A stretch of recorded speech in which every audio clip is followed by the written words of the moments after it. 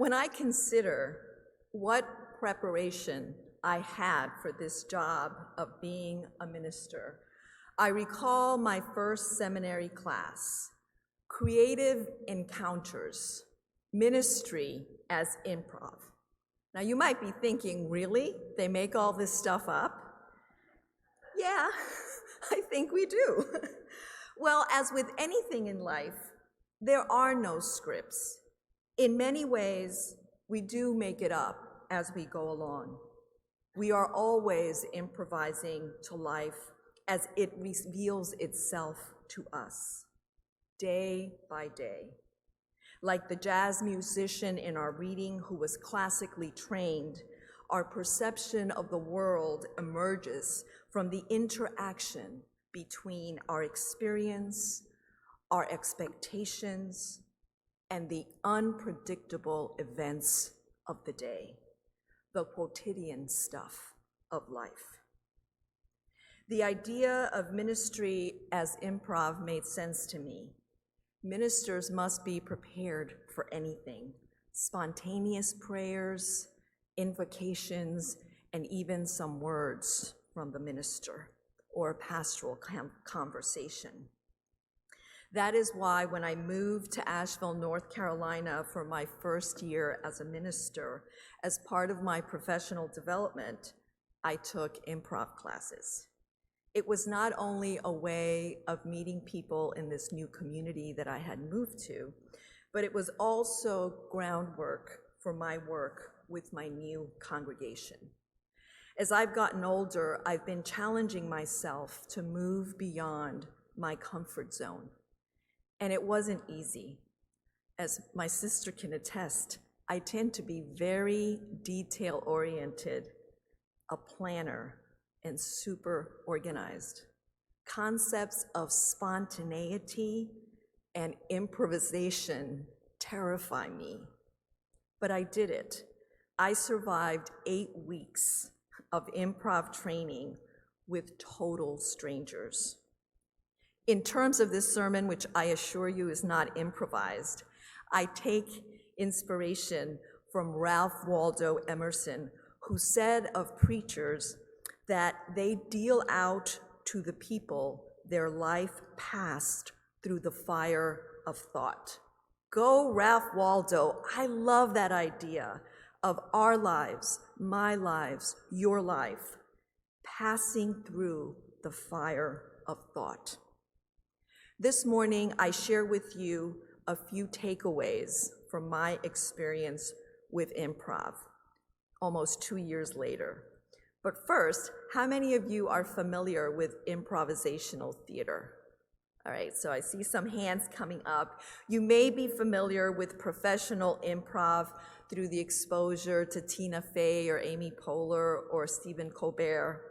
But improv doesn't always have to be funny. It is basically theater without a script in which players, that is what the actors are called, create a scene in the moment based on a phrase or word provided by the audience. It is a spontaneous, collaborative, and creative experience. Improv players prepare by playing games to involve voices, bodies, and creative impulse in miming, chanting, or acting out short skits. So one of the games that I played was the game of catch, where you created a ball, and once you had your ball, you threw it at someone, and that someone catches it and throws it.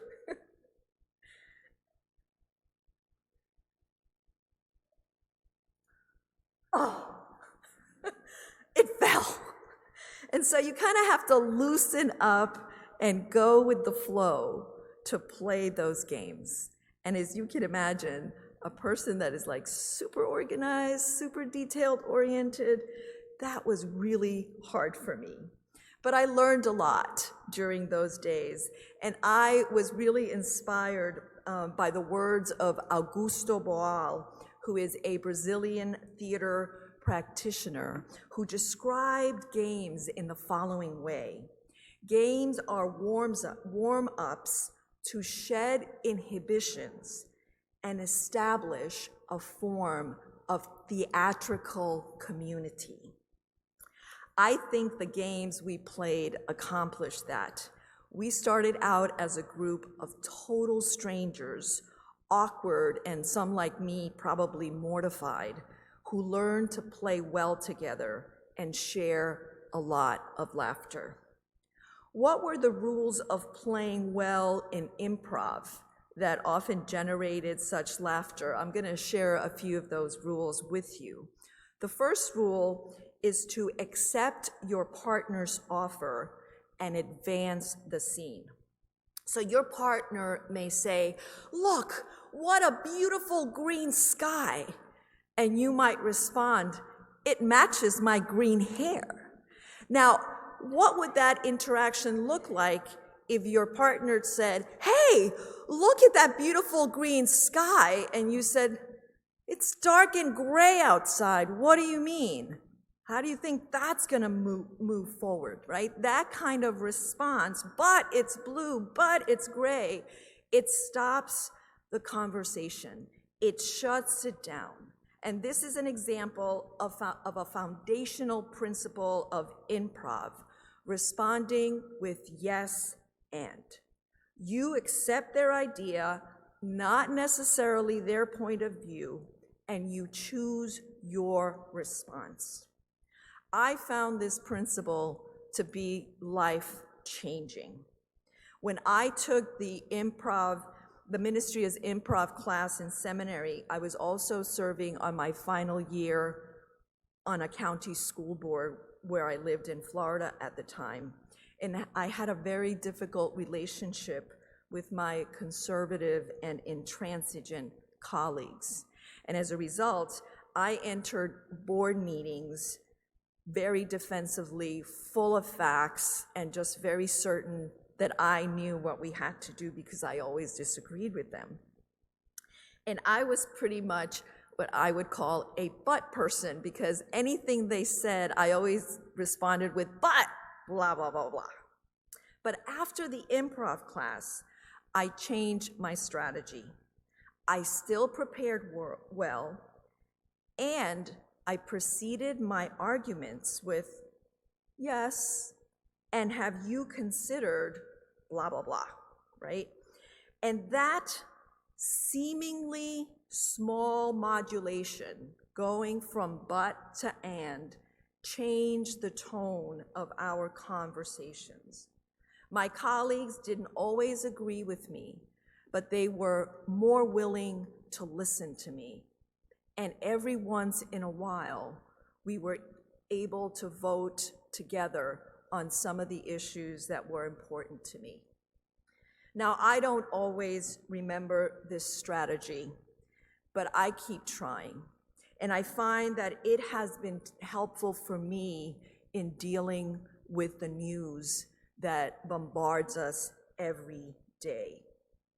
My response is sometimes anger. My response is sometimes despair. And I also know that there is much beauty and there is much love in the world. And that gives me hope. Because for me, that yes and theology makes me think of how in hope, when we talk about hope, maybe despair is part of that cycle of hope, because we have to be grounded in reality. And reality is not always what we want it to be. And despite that, there is love, there is beauty, and there is possibility. And I feel that that yes and calls me back to that when I want to be angry. And in Asheville, I hold the portfolio of social justice. And that is another thing that gives me hope, because when we look at all the things that are going on, we can find agency in ourselves, and we can find support in community, because we don't do this work alone. We don't face the world alone. We face it with those that love us and those whom we love. Another takeaway from improv is the importance of being in the moment, meaning paying attention and listening deeply. If I approach a scene trying to plan a response that's going to get laughs, I will miss the gifts from my partner. In improv, gifts are information about the character or relationship being established in the scene that will help you improvise a response. Being in the moment makes us vulnerable, especially if, like me, you're used to planning and controlling. That's why it's so challenging. Comedian Amy Poehler describes it this way: we all think we're in control of our lives and that the ground is solid beneath our feet. But we are so wrong. Improvising reminds you of that over and over again. A benefit of being in the moment is that we can embrace silence. In improv, that is very helpful because when your scene partner says something totally off the wall, being comfortable with silence allows you to gather your thoughts and respond. And I wish I had taken improv when we were raising our daughters, because pausing before responding and being creative in my responses may have added humor and levity amidst the complexity of those improvised parenting moments. And improvisation can also be a part of worship. I recently listened to a podcast called The Worship Whisperer. That's a real podcast. And in this podcast, Reverend Glenn Thomas Rideout, a UU minister, proposed a little more playfulness and levity in worship planning. He shared an improvisational exercise for worship associates training. In the group, you call for an object, call for a worship theme, and call for a liturgical element, and then invite the worship associate to weave together all of those elements and create on the spot closing words, opening words, or prayer. What do you think, Patty? A final takeaway is that it is not about you. Imagine that. In improv, you are basically working on building trust and supporting each other. Your job is to make your scene partner look good. If you are seen as focusing on yourself and trying to be funny or witty, it will be hard for your scene partners to trust that you have their backs. The humor usually happens organically when you connect with each other. The more you play together, the more you'll know the gifts of your scene partners and make each other shine. That is a refreshing attitude in an American society that worships rugged individualism. Ultimately, I think good improv is all about relationship. And isn't it the same in everything that we do? It is about community building, like you are here in this fellowship, strengthening and nurturing our community in this congregation. Often the I focus that interferes with trust building in improv also interferes in nurturing the communal we in a congregation. And how often do we mistakenly think that even in religious community, it's about what I want and what I'm comfortable with, what I need. If we are truly to create welcoming, beloved community, because that's where it all starts, what are we willing to do to be welcoming to all? It is important in creating a welcoming community to spiritual seekers of diverse cultures such as African American, Latinx, and indigenous people that traditionally consider the family, tribe, or community before individual advancement.